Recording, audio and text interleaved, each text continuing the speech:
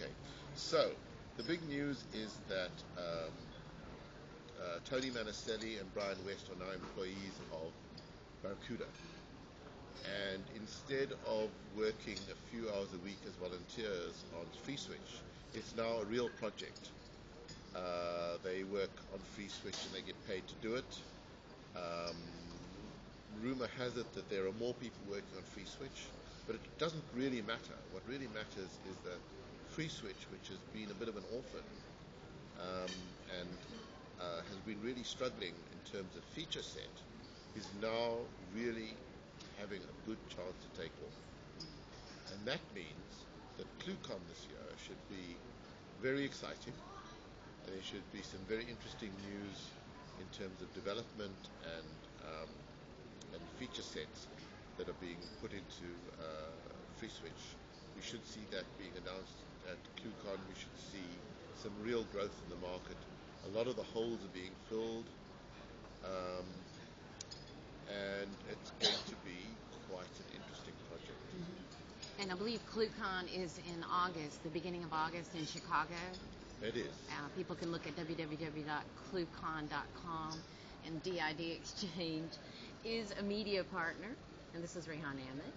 Did you want to ask anything more about ClueCon or FreeSwitch here? No, I'm good. All right.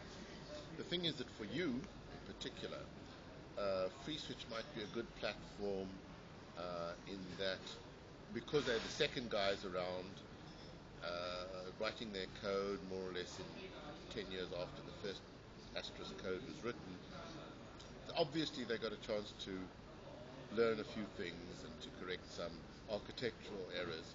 So at least there's the promise that it might be a particularly stable and scalable program once it's really going.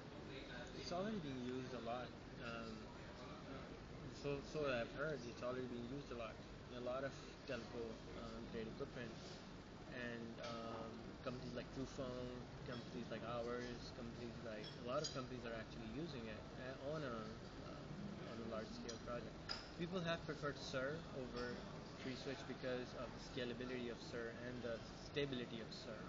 But I think that because of people like Michael Blinky and Wasim himself, a lot of people have started using FreeSwitch, and because it has become a lot stable than it was used to be. And with this announcement, as you were saying, it's going to get definitely much more stronger product. Yes, the problem with FreeSwitch has never been its stability.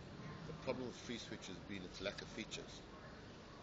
A telephone project like Asterisk is a huge, it's a collection of different projects. I mean, somebody has to write voicemail, somebody has to write the queues, somebody has to write dial plan management.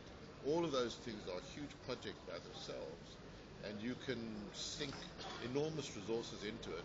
And if you've got two guys working part-time, the feature set just never gets filled in. All right, so this will be at ClueCon in the beginning of August in Chicago, and we'll see Sangoma there. Definitely. And also, wouldn't miss it for the world. And also DID Exchange.